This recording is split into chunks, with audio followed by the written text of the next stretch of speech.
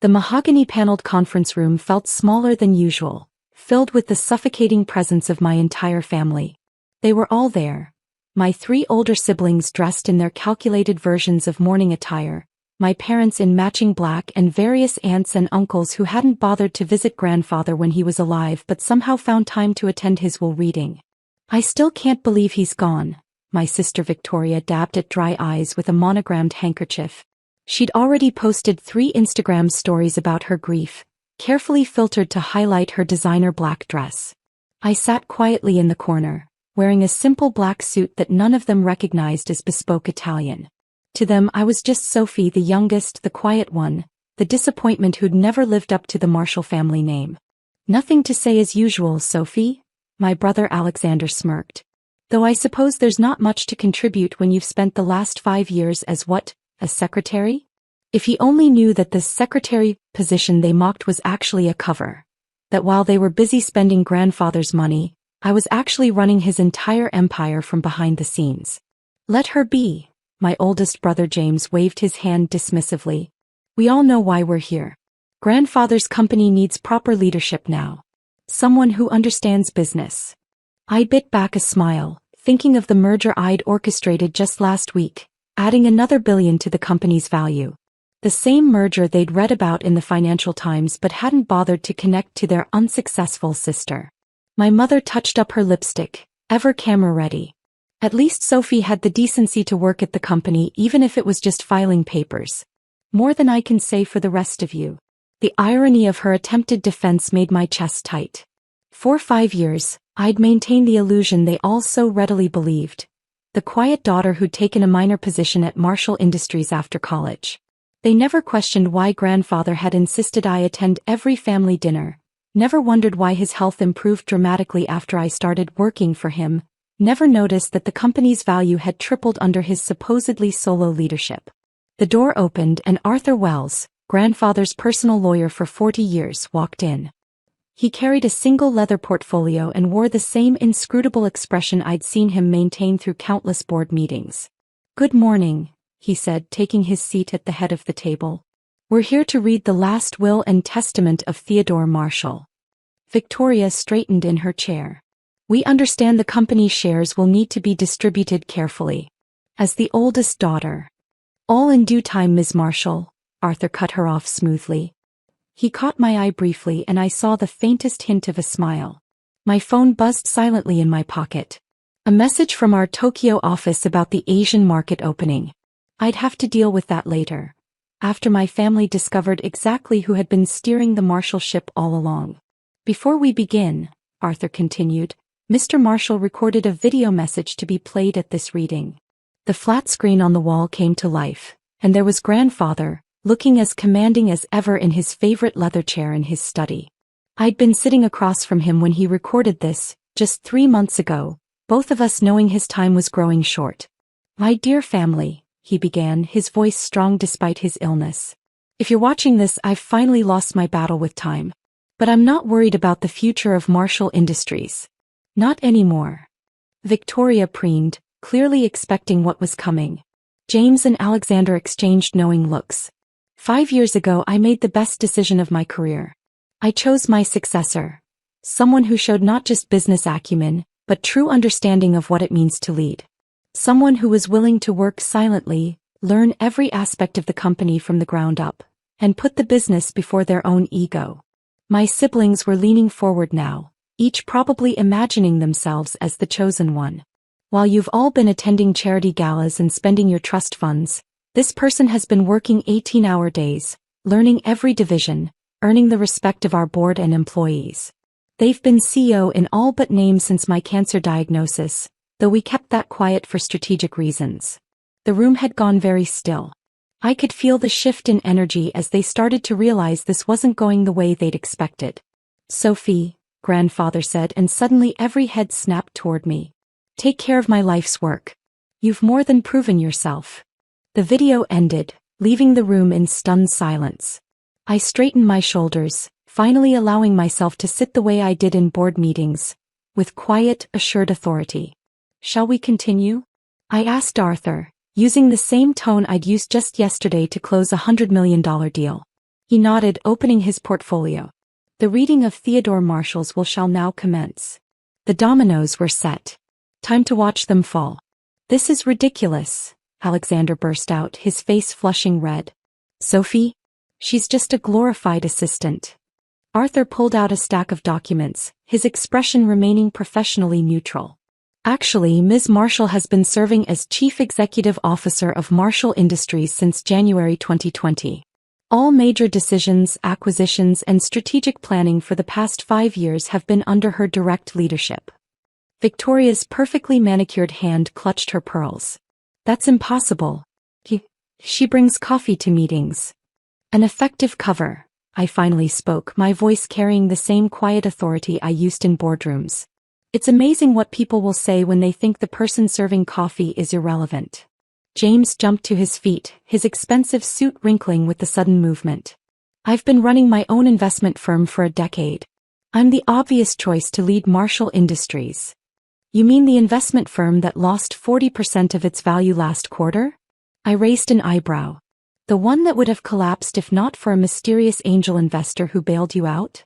His face went pale. How did you? I was the angel investor, James. Through one of Marshall Industries' subsidiary companies. You're welcome, by the way. The room erupted in chaos. My mother had to sit down, her social media perfect composure cracking. My father kept opening and closing his mouth like a fish out of water. Arthur cleared his throat. If I may continue, the will is quite specific. He began reading, his voice clear over the family's confused murmuring. To my granddaughter Sophie Marshall, I leave 51% controlling interest in Marshall Industries, all voting rights associated with said shares, and complete executive control of all subsidiary companies. This is a joke, Victoria shrieked. She can't even dress properly. She's wearing off-the-rack suits. I smoothed my hand over my Tom Ford custom suit. Armani, actually, Victoria. I just never felt the need to show off labels. Unlike some people, I prefer to let my work speak for itself. Arthur continued reading, seemingly immune to the drama unfolding around him. To my remaining grandchildren, I leave trust funds to be managed by Sophie, with distributions contingent upon their active participation in company operations, should she choose to employ them. Alexander's face turned an even deeper shade of red. Contingent? She gets to decide if we get our money?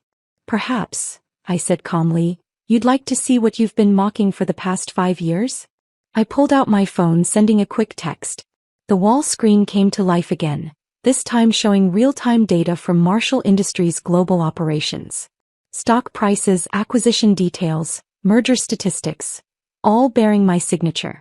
The Singapore merger last month? That was me. The tech startup acquisition that tripled our market share? Also me.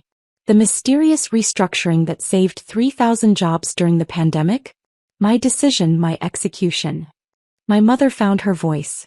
But you never said anything. All those family dinners where we talked about the company. Where you talked about me, you mean? I corrected her. About how I was wasting my potential.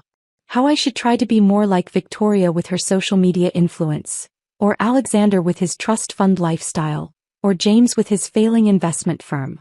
The room fell silent again. I was exactly where I needed to be, I continued.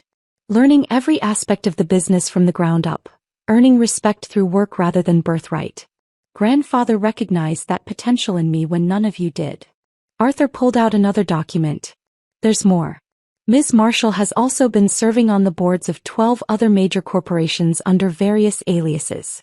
Her total net worth, separate from Marshall Industries, is approximately. Victoria fainted before he could finish the number. My phone buzzed again. Tokyo needed an immediate decision on the market fluctuation. I stood, buttoning my jacket with practiced ease. Arthur will provide you all with the necessary paperwork. I have a company to run. I paused at the door. When James? The board meeting you've been trying to schedule with the CEO for the past month? You can have it right now. I have exactly 15 minutes before my call with the Prime Minister. The next 48 hours were exactly what I'd expected. A hurricane of reactions, revelations, and realizations that left my family's perfectly ordered world in chaos. I was in my real office. Not the small desk they thought I occupied, but the corner suite on the top floor of Marshall Tower. when Victoria burst in, bypassing my security with the sheer force of sisterly entitlement. You can't just, this isn't. She sputtered, then stopped dead when she saw me behind grandfather's historic mahogany desk. The desk where I'd actually been sitting for the past 3 years, though family photos had always been carefully staged in front of the old one downstairs. Did you need something, Victoria? I asked, not looking up from the acquisition proposal I was reviewing. I have a board meeting in 20 minutes. The board? She laughed hysterically. You mean the board that's going to shut this farce down? James is already gathering support to contest the will. I finally looked up, allowing myself a small smile. You mean the board that's been working under my direct leadership for 5 years? The same board that watched me turn our $2 billion company into a $15 billion global empire. I pressed a button on my desk and the wall of screens behind me lit up with real-time data from our worldwide operations. While you were building your Instagram following, I was building this. But you're just... She gestured vaguely at me, her designer bracelets jingling. The quiet one. The shy sister. The family disappointment. I stood straightening my suit. No, Victoria. I'm the CEO who just closed a deal with Saudi Arabia this morning that's worth more than all your social media endorsements combined. My phone buzzed. Alexander probably. He'd been calling non-stop since discovering that his favorite nightclub was actually owned by one of our shell companies. My company now. Mrs. Chin from the Asian Market Division is here, my assistant announced through the intercom. Send her in, I replied, then turned to Victoria. You can stay if you'd like. See what your little sister actually does all day. Mrs. Chin entered, bowing slightly. Ms. Marshall, the numbers from Singapore.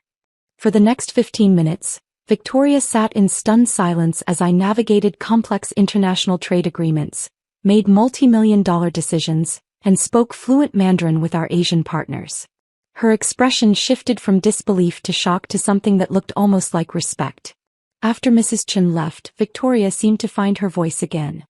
Does Mother know about all of this?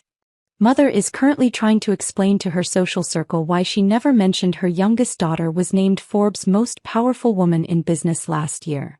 I smiled. Though in her defense, the article used one of my aliases. The intercom buzzed again. Mr. Marshall is here to see you. Which one? I asked, though I already knew. Your father. I nodded. Send him in. Father walked in like a man entering a stranger's house. Tentative, unsure, his usual confidence nowhere to be seen.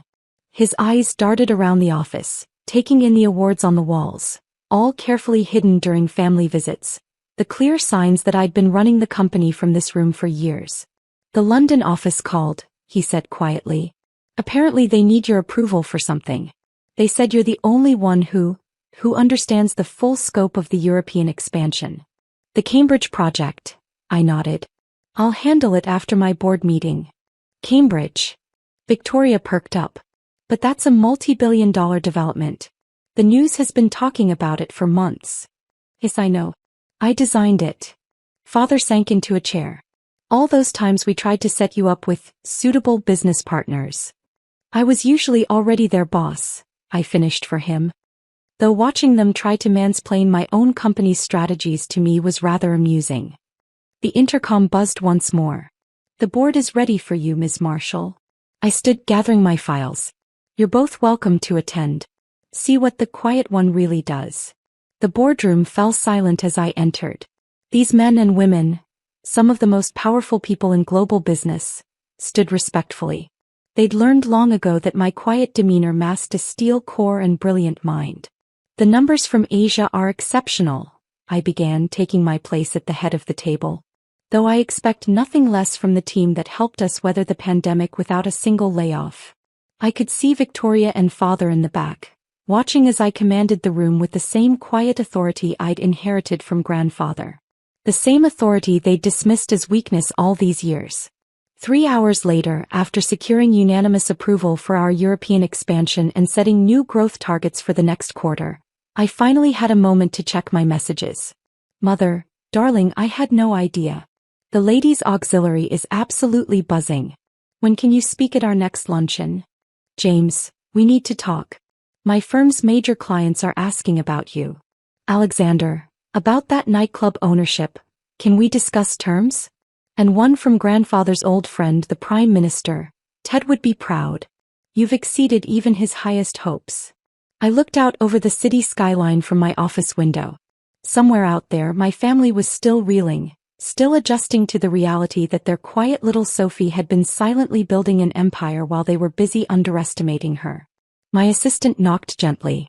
Ms. Marshall? The news channels are all requesting interviews. They're calling it the silent story. I smiled. Tell them I'm too busy running a company to discuss how I run the company. After all, I hadn't built this empire by talking about it. I'd built it by quietly, persistently, brilliantly doing the work while everyone else was making noise. Sometimes silence isn't weakness. Sometimes it's just the sound of someone focusing on what really matters. And sometimes the quiet ones aren't quiet because they have nothing to say. They're quiet because they're too busy changing the world to brag about changing the world.